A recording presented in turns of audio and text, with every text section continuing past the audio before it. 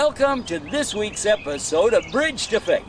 I'm your host, Yusuf Estes, and for the next few minutes, we're going to be talking about faith, what it is, how you can get it, and how it applies to today's world. And then following that, we'll have somebody's particular story of their bridge to faith. All of that and more is coming up right here. We got a special topic to talk about today. The topic of a book, the book called The Eighth Scroll. It's a fascinating book, something that had an impact on me personally, and I want to talk to you about that. I'm Yusuf Estes, and the name of the program is The Eighth Scroll. We're going to be talking about this book with the author, who is with us now, Dr. Lawrence B. Brown. Assalamu alaikum wa rahmatullah. Wa alaikum assalam. Okay, now you're a Muslim. Alhamdulillah. Alhamdulillah. Yes. And I'm a Muslim. Yeah. And you've written a book called The Eighth Scroll. This book deals with the subject of... Well, many things, but basically it launches the reader from the Dead Sea Scrolls into modern controversies about So we're going to be religion. talking about a scroll as in a religious scroll from a couple thousand years or so ago. Yep, basically. And this is number 8.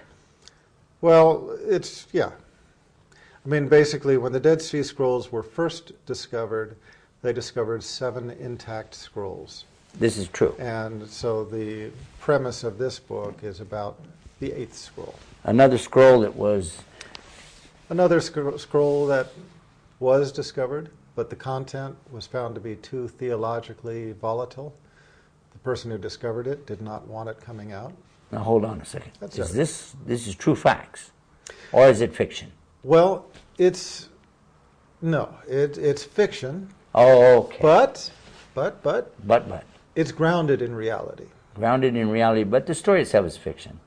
The story itself is fiction, of course, but you see, the point is that when the Dead Sea Scrolls were discovered, they created a great deal of excitement. Yes, they did. Why? The reason why is because they were all Old Testament scrolls. But the fact that such a large number of ancient scrolls were discovered, and the fact that they dated to 30 years after the time of the mission of Jesus Christ, it gave a window period of 30 years there. And people were hoping that somewhere in the network of caves in that area, they would find not just the Dead Sea Scrolls, but the Gospel of Jesus. Ah, so now this is reality we're talking about. This is reality, and Yeah. this is why the whole world turned their attention to that area, and this is why, in particular, the church, the Jewish interests, and so on, focused upon that area, because they all knew that if a valid gospel of one of the disciples of Jesus, or if the gospel of Jesus himself were discovered, it could reset the religions of the world. This subject of, it sounds like something really intense here when we're talking about the reality behind the story, referring to the scrolls. Now you're telling us that these scrolls that were discovered, called the Dead Sea Scrolls, are actually Wadi Qumran, the Valley of Qumran, where they found these in the caves there. Now, they first told us these scrolls were safely back before, predating Christianity. That was one of the big things they wanted to insist. By the way, the scrolls were kept from the public for how many years? Well, this is one of the huge scandals. Yeah. The scrolls were discovered in 1947, and they were basically hidden from the public for about 60 years. It's only this year that the record has come out on the internet, and until just very recently, last few years, the content of the scrolls has been very, very carefully guarded. That was part of the scandal. This has been an academic scandal from the beginning, because there have been libraries, libraries of ancient documents from periods before this, which were completely translated and completely made public much faster than what happened with the Dead Sea Scrolls. The Dead Sea Scrolls were sequestered, they were hidden away from the public eye, And the public was only given little snippets as the controllers of the scrolls wanted it released. So these books that came out in the 1980s and 90s, all about the Dead Sea Scrolls, weren't really that complete then. They weren't that complete, but some of them were very helpful because they started to add to our information. Who was the first responsible religious entity involved in this? Boy. I mean, I would, you'd have to excuse me, but I would just have to say that up until this time, there hasn't been. There hasn't been a responsible entity. Okay, let's say those who claimed authority over. Well, look. Let's do that. In the very beginning, the original Dead Sea Scrolls team was a team of 8 scholars headed up by Roland Deveau, who was a Catholic priest. From where? And from the École Bibliothèque. But he was, by all rights, I mean, by the description of the other people working with him, he was incredibly biased. If anything was found in the scrolls that went against his theology, he didn't want to know about it. And this is what the other scroll sounds like team some members people I know said. in religion today. Yeah, well, religion has become more like a theological turf war than a search for truth. And this is what has happened with the Dead Sea Scrolls. So originally he was in charge of the team. Now, the 6-Day War came along, where Israel expanded their borders to the Jordan River, and expanded their borders to the Dead Sea, and in expanding their borders, they took over the area of Qumran, the caves, the museum with the Dead Sea Scrolls, and all the Dead Sea Scrolls, claimed them as their property. Then Israel took command of the scrolls.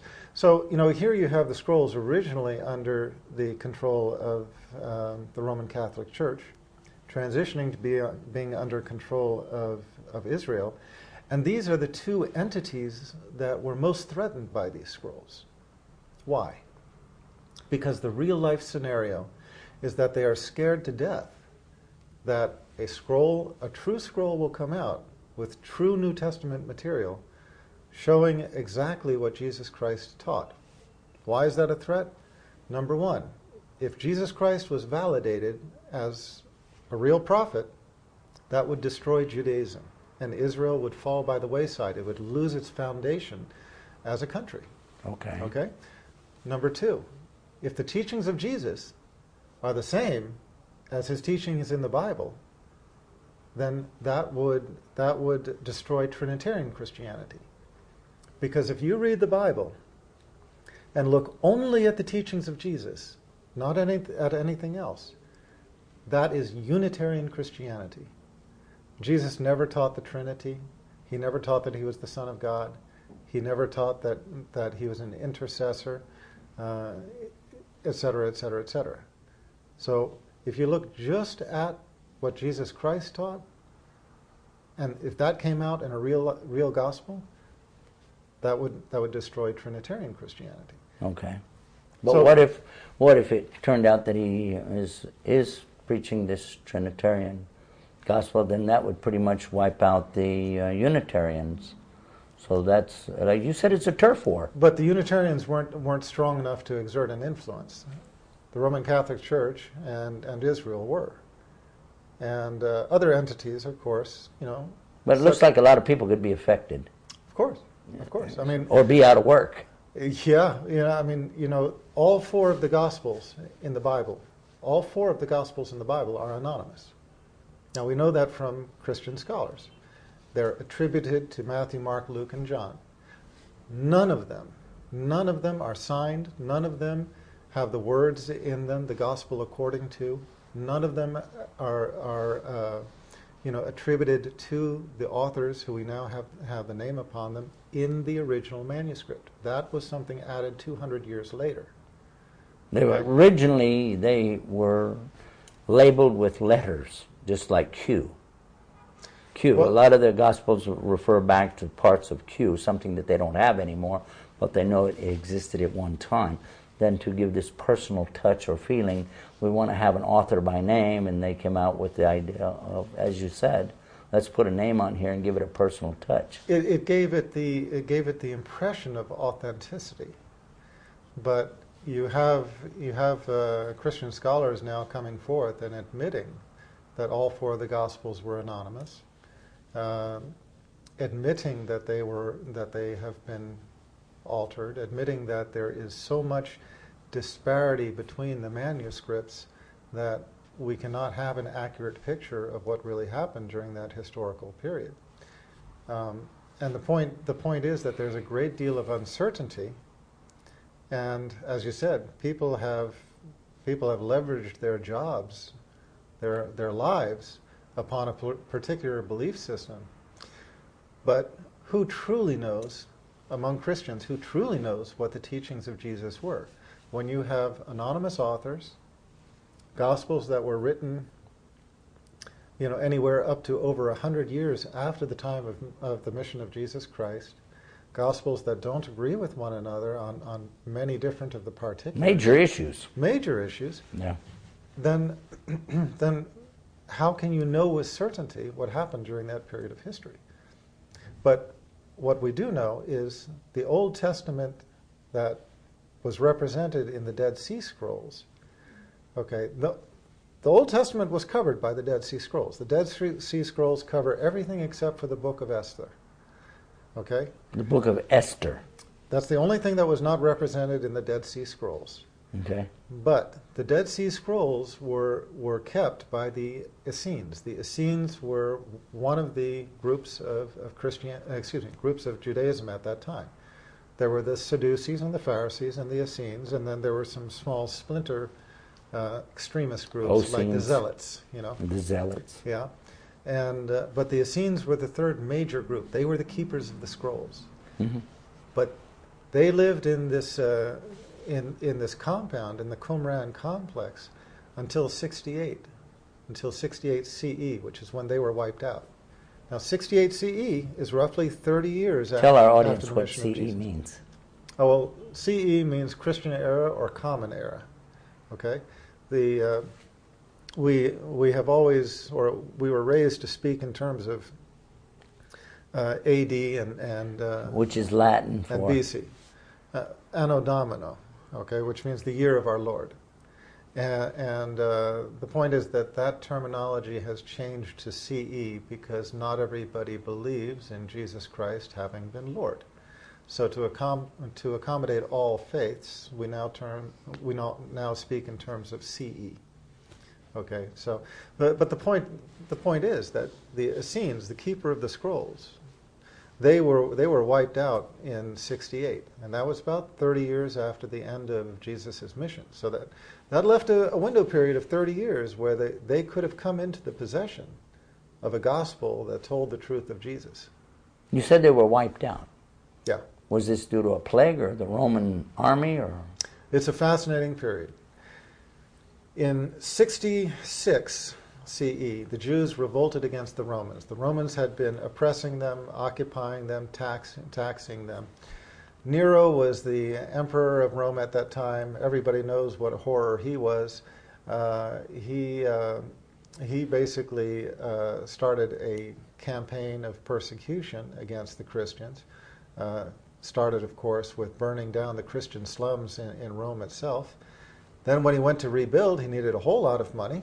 Started looking for it from anywhere in the kingdom. When he couldn't get enough, he started trying to take it from the treasury of the Temple of Jerusalem. Ooh. That was the final straw. When he reached out to try to take the treasures of the Temple of Jerusalem, the Jews revolted. It started the Jewish Revolution, which lasted from 66 to 70 CE. In the middle of that period, in 68 is when the Essenes were wiped out. Basically, it's a colorful history. Nero sent Vespasian, a big Roman emperor. He started at the north and just started moving south through this area. He demanded submission or death, and any community that did not submit, he murdered all of the men, raped all the women, put all the children into slavery. He would raze the village, just burn it to the ground, even to the point of cutting down all of their trees and filling the fields with salt, so that that nobody could even come back and plow that land anymore. And he continued this reign of terror all the way down to Jerusalem. Along the way, he took out the Essenes and eventually took over Jerusalem. And that itself is a fascinating story, how Jerusalem fell, etc. Okay, I want to just touch on something you mentioned about burning the Christian slums. Is this any reference to when they talk about Rome burned? Well, sure. Nero was fiddling, or... Sure, although the fiddle had not yet been invented. Yeah. So Rome actually was playing on his lyre. You know, this... Nero. This, what did I say? Did I say Rome? Yeah. Okay, well, Nero was playing Rome at his the time. lyre. The emperor was Rome. Nero was playing his lyre on Cornell Hill while Rome burned. The thing is that it was made to be the burning of Rome was a mystery. Nobody knows exactly who started the fire. Different theories have been put forth, but the most reasonable theory is that Nero himself coordinated the fire and then blamed it upon the Christians. Used that as justification to then persecute the Christians.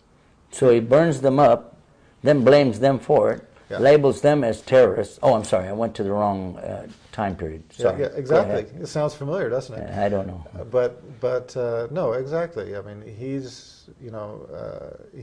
started this. Now, of course, it didn't burn just the Christian slums. It burned a lot of people out of their homes.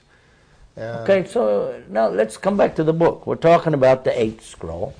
And in this book, you said it's fiction, yet it refers to some of the things that have been known to be true from the scrolls that they found, the factual information you've been sharing with us. Let's talk now about the book and how the book has some way ties this together. The fiction you have here and the true story.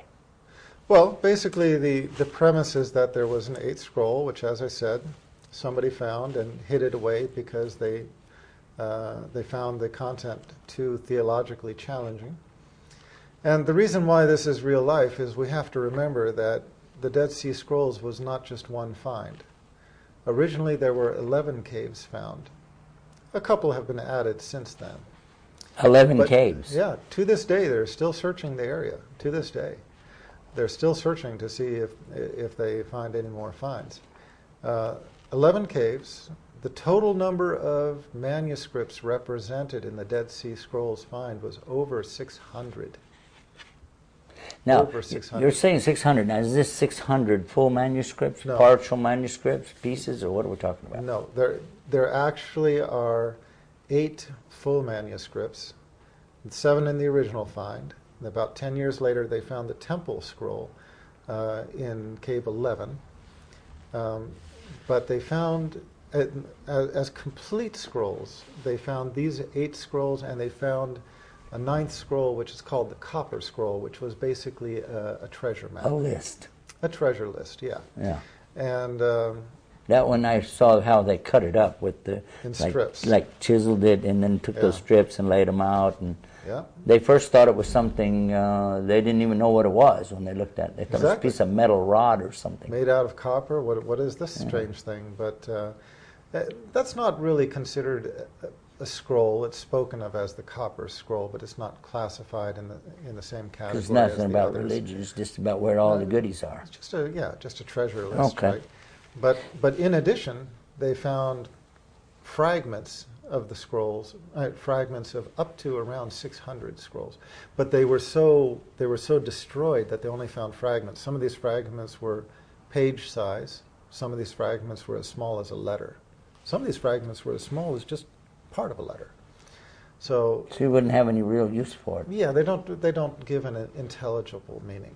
Okay. Yeah. Some of the characters in your book, what are their names? Michael, I found Michael to be in here. Right? Is Michael he like and the Gerald principal Hansen. in Gerald? Yeah. Principal characters. The father and son archaeological team. Okay. Right? They're the ones who start out on the path of looking for this 8th scroll. Now, are they totally fictional? There's not anybody named Hansen or... No. No, they're totally fictional. Okay. And then Frank Tones and his daughter Rachel. Again, totally fictional? Oh, yeah. Okay, not based on any person or... Oh, no. No, that can't do that. Might end up in court. But no, these are all fictional characters. Teachers of righteousness. The teacher of righteousness, yes. Yeah, What are the teachers? By the way, I've heard of this even in Josephus. Uh-huh. So, have you read much about Josephus and his Antiquities? Antiquities? Yeah. Well, the whole question is, was there one teacher of righteousness or were there many? Ah, okay. No, it's a very important point. Was there one prophet or were there many? There have been many prophets in the chain of Revelation. Many teachers. And so was there one teacher of righteousness or were there many teachers of righteousness? In a chain, a continuity of teachers of righteousness.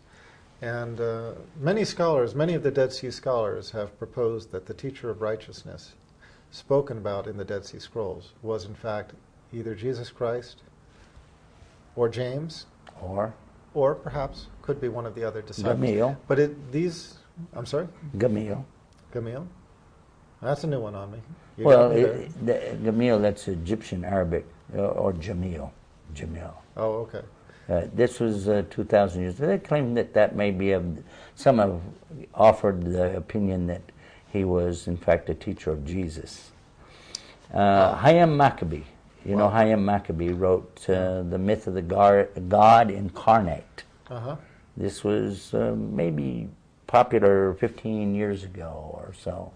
And he had written from his religious point of view, and it was, he had fictional stuff, but he had, in his particular work that I'm talking about, it wasn't fiction. He was talking seriously about some of the problems that are associated with the way people understood scrolls that they had found. Uh-huh. So now, in your book, does it make it clear that that everything you're saying is just a nice story, or are we supposed to think that this is some hidden agenda or implication here? Well, no, you have to understand it's an action adventure. Action adventure. It's murder, mystery, intrigue. It's all of this, but at its core, what you read in there about the religious controversies, what you read in there about what's happening in Palestine or Israel, these are real things. What you read about the Dead Sea Scrolls, this is real life scenario. This is what is going on in the Dead Sea Scrolls controversy right now. We're looking at a close up now of the book cover, and we're seeing looks like red dots on it. Is that supposed to be blood? Oh yeah. So this is a bloody story as well. Well, it has its share of murder and mystery, intrigue. When I started out the program, I mentioned that it had an impact on me, and I would like to share with our audience something that if you don't know me, you don't realize I never read fiction books. I'm not really interested in fiction because I'm very interested to know the truth. I don't need to know more lies. So when somebody offers me to read a fictional book, I usually give them the idea that, okay, whenever I don't have anything else to do. But in the case you gave me the manuscript before it was ever published, I remember that I had it packed away in my briefcase, and when I got on an airplane to fly across the Atlantic, I had been upgraded to the first class, and I was really enjoying rocking back there, and I said, no, just let me go to sleep now. What can I read that'll just, I've got that fictional book from that Dr. Brown. I get it out, and this is loose leaf, the way you gave it to me. Yeah. I laid it there on between the seats, the little panel there, and started reading. I said, I'll just knock out a couple pages. And I wasn't able to stop reading until we hit the ground. When we hit the ground, I had just completed it. So you read the whole book in one go? Oh, yeah, I'll read fast. But I was so taken. As I would read, I would think, oh my gosh, I can't wait for the next page. Now, was that daytime or nighttime? Did you lose any sleep? It was nighttime. Ah. I usually sleep at night in airplanes. That's how I travel all the time. So I thought this was going to be a great chance to really catch up on some Z's. But not so. I left the ground, and it was not night yet. And when I landed, it was full daytime. And here I'm still turning pages going, oh, I got to get to the end of this before I get off the plane. I've got to see how it ends. Fascinating work. Interesting book. The audience will be surprised to find that this is one of those that you really can't put it down till you get to the end. And whether or not it really is pointing to some hidden truths or great revelations, it's a great read. Well, that's it for this week's episode of Bridge to Faith. Remember our website, bridgetofaith.com. Until next time, peace. Salam alaikum.